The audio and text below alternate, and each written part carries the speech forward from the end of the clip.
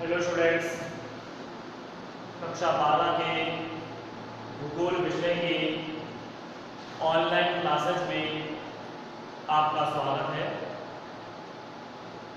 पिछली वीडियो में हम अंतर्राष्ट्रीय व्यापार से संबंधित बातों पर चर्चा कर रहे थे और पिछली वीडियो में हमने अंतर्राष्ट्रीय व्यापार के दो प्रकारों का अध्ययन किया, जिसमें द्विपार्श्विक व्यापार और बहुपार्श्विक व्यापार शामिल। आज उसी क्रम में एक अंतर्राष्ट्रीय व्यापार से संबंधित अंतर्राष्ट्रीय संस्था का हम जिक्र करेंगे, जिसका नाम है गैट।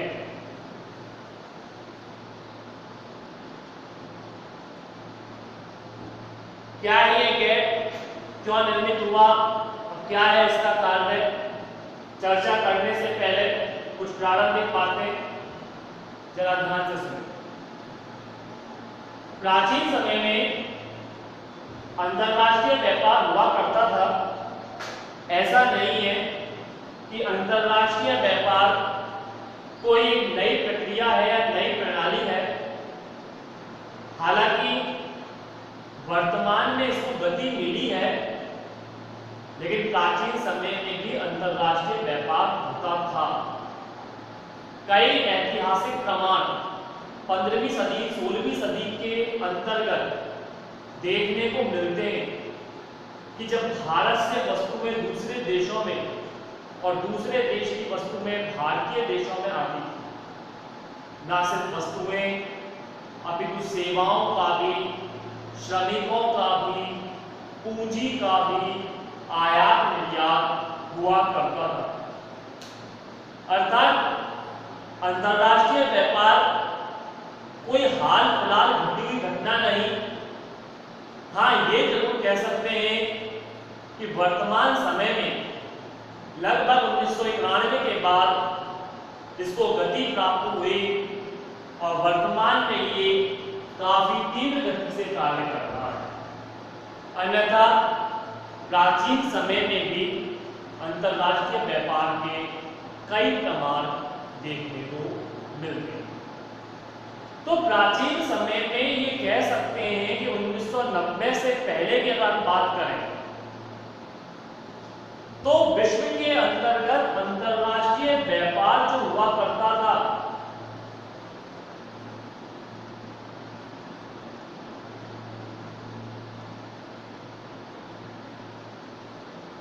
वो न्याय संगत नहीं हुआ करता था। न्याय संगत मतलब न्याय के साथ, नियमों के साथ, पक्षपात रहित, संपूर्ण रूप से पूरी तरह से शुद्धता लिए हुए ये व्यापार नहीं था। उस समय पक्षपात होता था, भेदभाव किया जाता था और अन्यायपूर्ण नीतियों को जन्म दिया जाता था। न्याय संगत वैश्वीकरण नहीं था, अपितु जो वैश्वीकरण था वो गैर न्याय संगत था। कैसे? जरा इनको समझने का कोशिश करें, प्रयास करें।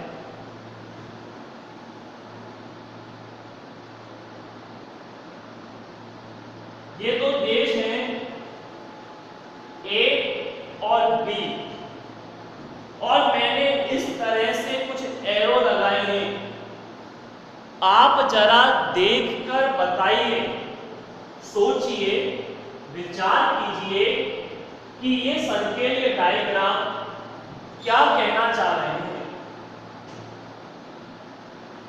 कि ये ए देश है, वह बी देश है और इस तरह से एरो निकाले गए हैं। क्या कहना चाह रहे हैं ये डायग्राम? क्या है इनका मीन्स? हो सकता है कुछ विद्यार्थियों ने सोचा भी हो और जवाब भी दिया। यहां आप देखें अगर इस डायग्राम को जरा ध्यान से, तो एक जो देश है इसमें से एक एरो होता हुआ बी देश तक पहुंच रहा है, लेकिन बी देश वाला एरो ए देश के अंदर नहीं पहुंच पा रहा। अब समझे इसको, एरो की जगह वस्तुएं माने, ये कहें कि ए देश की वस्तुएं बी देश में तो पहुंच रही हैं, लेकिन बी देश की वस्तुएं ए देश में नहीं पहुंच पा रही। अर्थात यहां जो व्यापार हो रहा है वो न्याय संगत नहीं हो रहा, अन्यायपूर्ण व्यापार हो रहा है यहाँ पर। अर्थात एक देश से दूसरे देश में और दूसरे देश से पहले देश में जो वस्तुओं का आयात निर्यात होना चाहिए था वो आयात निर्यात नहीं हो रहा।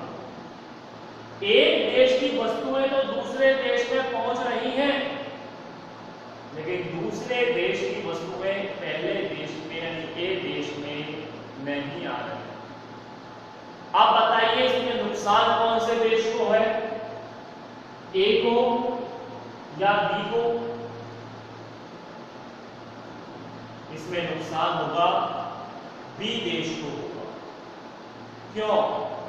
इसका कारण क्या है कि ए देश की वस्तुएं अपने बाजारों में तो बिकी रही हैं, वहीं दूसरे देश के बाजारों में भी बेची जा रही हैं, लेकिन बी देश की वस्तुएं दूसरे देश के बाजारों में नहीं बिक पा रही, वहीं खुद के देश के बाजार में भी उसे प्रतिस्पर्धा करनी पड़ रही है, कंपटीशन करना पड़ रहा है, जद्दोजहद करनी पड़ रही है, क्योंकि दूसरे देश की कंपनियां यहां आकर व्यापार करने लगी।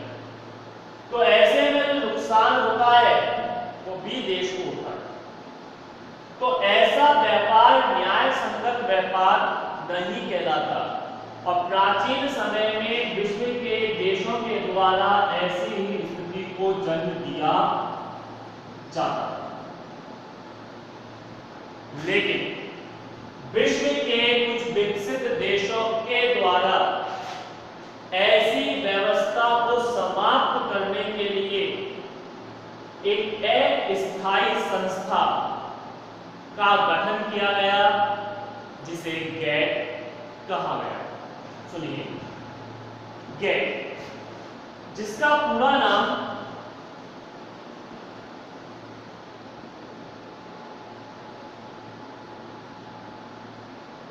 जनरल एग्रीमेंट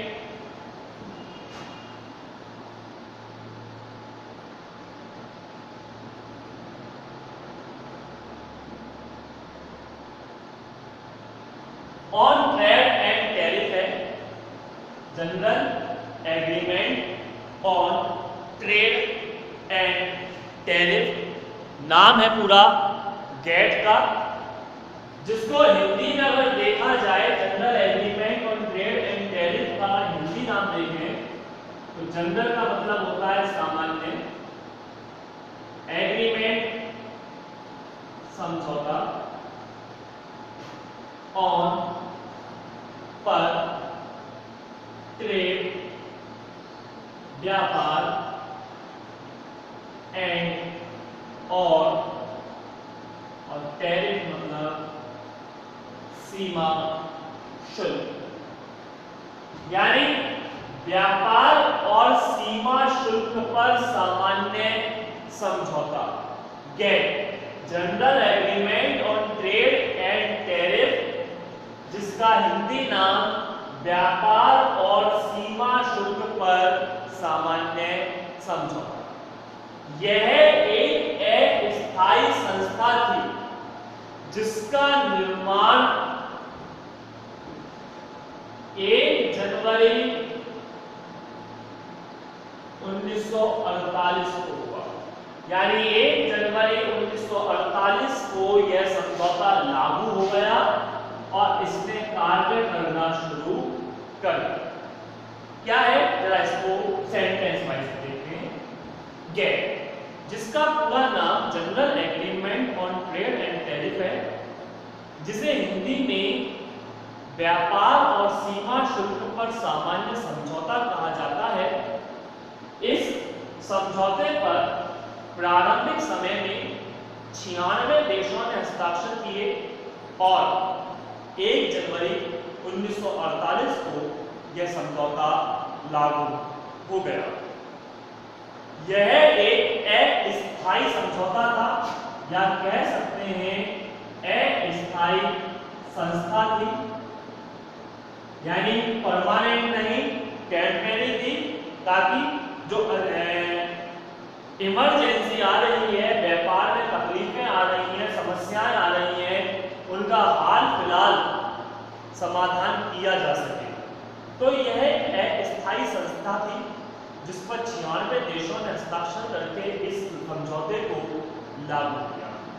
इसका कार्य था दो देशों के मध्य हो रहे व्यापार को नियंत्रित करना, उनके लिए नियम बनाना और निर्बाध रूप से, निर्बाध यानी बिना किसी बाधा के, निर्बाध रूप से अंतरराष्ट्रीय व्यापार को बढ़ावा देना। ये निर्बाध रूप का मतलब क्या है? निर्बाध रूप का मतलब यही है कि दो देश एक दूसरे के साथ व्यापार करें और दोनों देश की वस्तुएं एक देश से दूसरे देश में आसानी से पहुंचे, कोई भी देश किसी दूसरे के नियमों का, उसके अधिकारों का उल्लंघन ना करे। तो general agreement on trade and tariff जो 1948 में लागू हुआ था, ये एक अस्थायी संस्था या समझौता थी जिसे विश्व के 96 देशों के हस्ताक्षर के द्वारा आरंभ किया गया। लेकिन जैसे जैसे समय गुजरा, विश्व के देशों के सामने इस अस्थायी संस्था के स्थान पर एक स्थायी संस्था की आवश्यकता महसूस की जाने लगी, क्योंकि ये अपना कार्य बेहतर तरीके से नहीं कर पा रहा था। जिन देशों ने इसका निर्माण किया, वही देश इस समझौते का उल्लंघन करने लगे। आखिरकार आवश्यकता महसूस की जाने लगी कि संस्था के स्थान पर एक स्थायी संस्था होनी चाहिए। परिणामतः 1994 तक आते आते एक नई संस्था WTO का गठन किया गया और यह WTO, जिसका पूरा नाम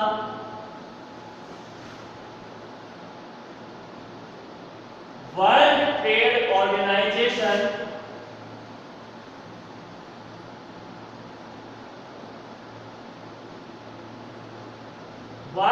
वर्ल्ड ट्रेड ऑर्गेनाइजेशन, जिसको अगर हम हिंदी में देखें विश्व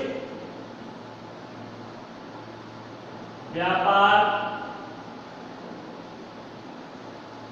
संगठन है। यह WTO 1 जनवरी 1995 से अस्तित्व में था, अस्तित्व में आया। यह एक स्थायी संस्था थी, जबकि गेट एक अस्थायी संस्था। तो एक बार पुनः हम इस चीज को देखते हैं। ये इंपॉर्टेंट टॉपिक है, आपके लिए पूछा जा सकता है बोर्ड एग्जाम में। सेंटेंस रूप में देख लेते हैं एक बार पुनः।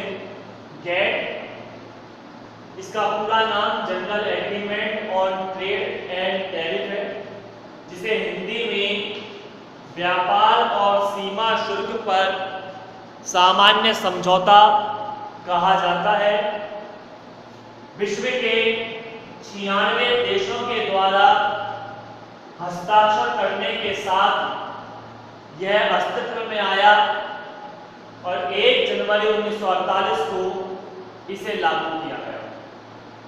यह एक अस्थायी संस्था या समझौता थी जिसका कार्य दो देशों के मध्य हो रहे अंतरराष्ट्रीय व्यापार को निर्बाध रूप से बढ़ाना और न्याय संगत व्यापार को बढ़ावा देना।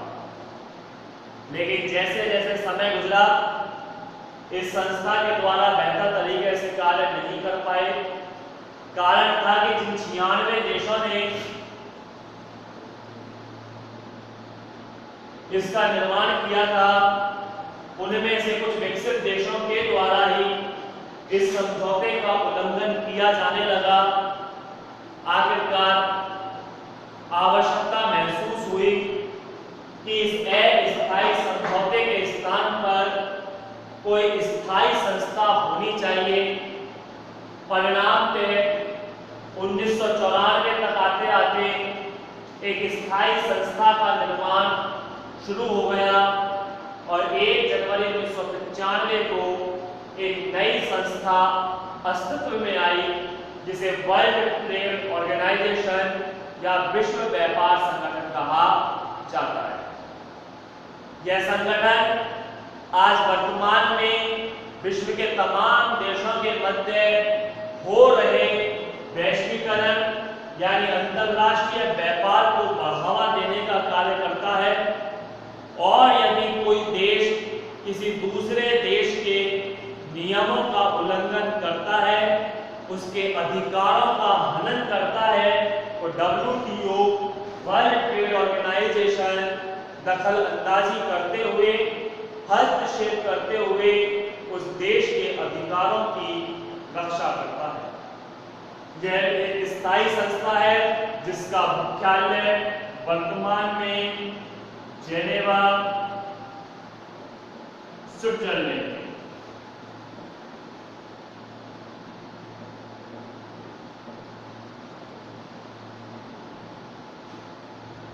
उम्मीद करता हूं क्लियर हो गया होगा ये टॉपिक गैट और WTO वाला की शॉर्ट लिया हमारे टॉपिक गैट है, general agreement on trade and tariff.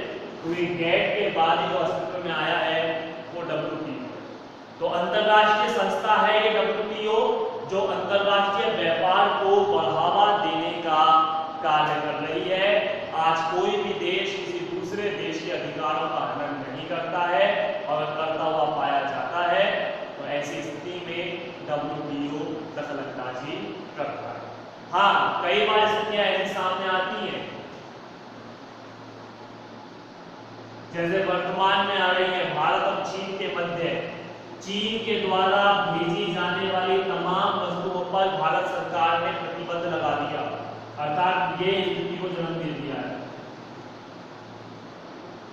तो अब इसका मतलब ये नहीं कि भारत अपनी वस्तुओं को भेज देगा, नहीं, भारत ने भी अपनी वस्तुओं को भेजने पर क्या लगा दी है, रोक। अर्थात रोक लगेगी तो दोनों तरफ से लगेगी और व्यापार चालू होगा तो दोनों तरफ से चालू होगा। ऐसा नहीं है कि पिछले समय की तरह कि एक देश के द्वारा तो वस्तुएं भेजी जा रही हैं और दूसरा देश अपनी वस्तुओं को नहीं भेज पा रहा। तो ऐसी स्थिति में आज वर्तमान में समय बदला है, परिस्थितियां बदली हैं, लेकिन फिर भी हम ये कह सकते हैं कि अंतरराष्ट्रीय व्यापार को बढ़ावा देने में जो आज मुख्य भूमिका निभा रहा है वो WTO के द्वारा निभाई जा रही है। और सबसे बड़ी बात, विश्व के वर्तमान में अगर देखा जाए लगभग विश्व के 164 देश इस WTO का हिस्सा है, WTO के नियमों को मानने के लिए प्रतिबद्ध है और कोई भी देश इसके नियमों से बाहर निकलकर कार्य नहीं कर सकता। तो आज के लिए इतना ही काफी है। आज हमने गैट और WTO के बारे में जानकारी प्राप्त की। अंतरराष्ट्रीय व्यापार से संबंधित कुछ और अन्य बातों की चर्चा आगामी वीडियो में की जाएगी। तब तक के लिए आप देखते रहिए आपका अपना YouTube चैनल